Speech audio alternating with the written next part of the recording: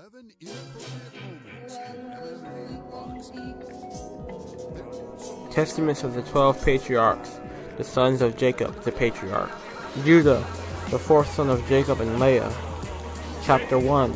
A copy of the words of Judah, which he spoke to his sons before he died. When they gathered together and came to him, he said to them, "Listen, my children, to Judah, your father. I was the fourth son born to my father Jacob, and Leah, my mother, named me Judah, saying, I give thanks to the Most High, because he has given me a fourth son. In my youth I was keen. I obeyed my father, in accord with his every word. I have honored my mother and her sister, and it happened that as I matured, my father declared to me, You shall be king, achieving success in every way." Chapter 2. And the Most High bestowed on me grace in all my undertakings, in the field and at home. I know that I raced a deer, caught it, prepared it as food for my father, and he ate it. By chasing it, I captured a gazelle, and everything that was in the fields I overtook. I killed a lion and removed a kid from its mouth. Seizing a bear by the paw, I dropped it over a cliff, and it was crushed. I raced a wild boar, and as I ran, overtook it and dismembered it.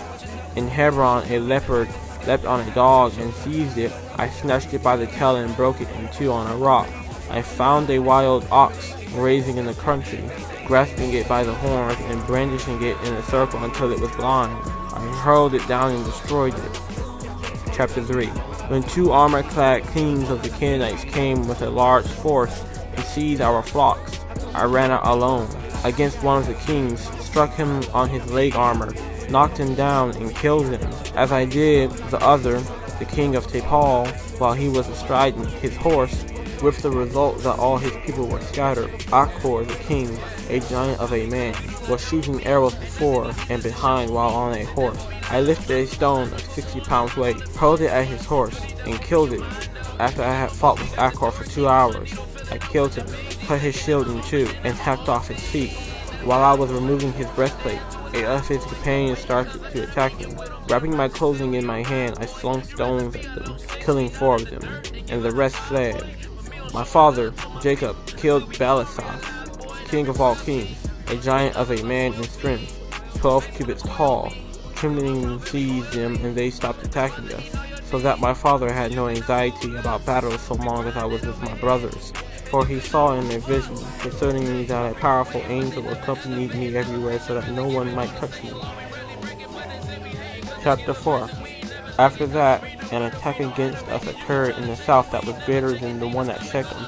After my brothers and I joined forces, we pursued 1,000 men and killed 200 of them, and destroyed 4 kings. I went up on the wall and killed their king. Thus we liberated Hebron and took all the captives. Chapter 5. Next day we went off to Arton, a city secure and strong, which threatened us with death. Gad and I went up from the east of the city, while Reuben and Levi came from the west. Those who were on the wall, supposing that we were the sole attackers, were drawn out against us. And so, secretly, by means of pegs, my brother climbed up on the wall on the other side and invaded the city without their knowing it. And we captured it with the edge of the sword. Those on the walls fled into a tower, which we set afire, and thereby took all of them and all their possessions. As we were leaving, the men of Tapal killed them and burned their city, plundering everything that was in it. Chapter 6. When I was in the waters of Chezobeah, the men of Jabal launched an attack against us, and having joined battle with them, we put them to flight, slew their allies from Selam, and we left them with no means to attack us. Again, on the 5th day, the people of Mashar attacked. Marshalling our forces, we triumphed over them in a mighty onslaught, and killed them even before they could withdraw into their stronghold. When we approached their city, the women rolled stones from the crest of the hill on which the city was built, but Simeon, not entering the city secretly from behind, seized its heights and completely destroyed it as well. Chapter 7. On the next day, we were told that the king of the city of Gath was coming against us with a large force.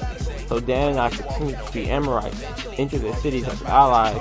In the death of night, our brothers came and we opened the gates for them. All their possessions and all their loot we destroyed. The 3 walls we razed. We drew near to Zamna, where all the equipment was. Then since I was beginning insulted by them, I became angry and launched an attack against them up to the heights, while they were slinging stones and shooting arrows. Had it not been that Dan, my brother, fought along with me, they would have killed me. We went out against them with wrath, and they all fled. Proceeding by another route, they petitioned my father, and he made peace with them. We did them no harm, but we kept them subject to tribute, and returned to them the spoils taken from them. I built Zamna, and my father built Rabel. I was 20 when this battle occurred, and the Canaanites were fearful of me and my brothers. Chapter 8. I had many cattle. I had Hiram, the Adulamite, as chief herdsman. When I approached him, I saw Barsaba, king of Adullam. He conversed with us and held a drinking party for us. When I urged him, he gave me his daughter named Saba as a wife. She bore me Onan, and Shalem. The Most took away 2 of them, but Shalem lived. Chapter 9. For 18 years my father was at peace with his brother Esau, and his sons with us. After we had come out of Mesopotamia from Lebanon, when the 18 years were completed, Esau, my father's brother, came up against us with a force powerful and strong.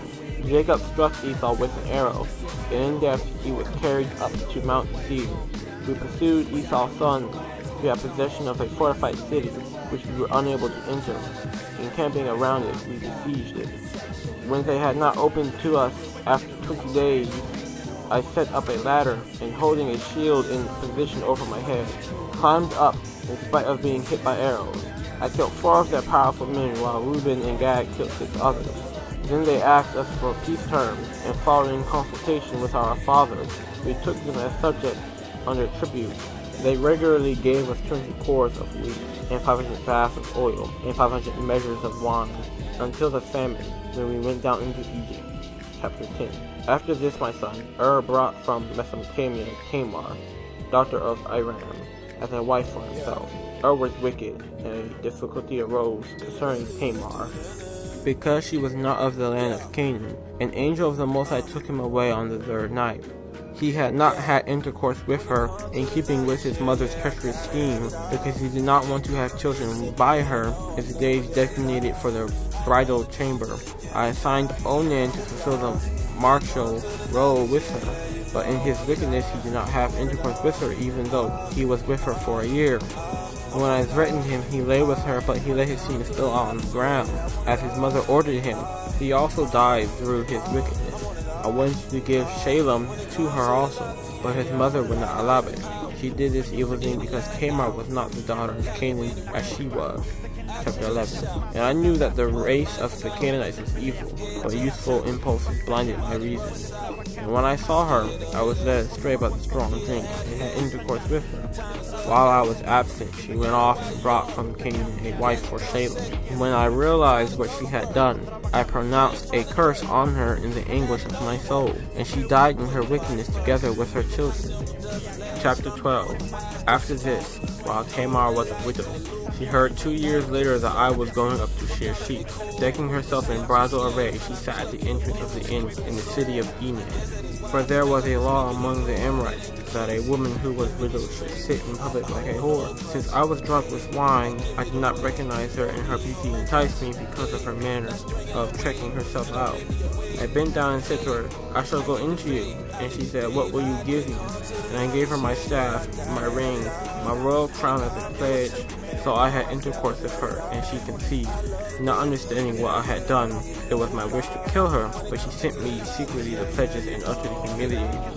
I summoned her and heard the words spoken in a mystery.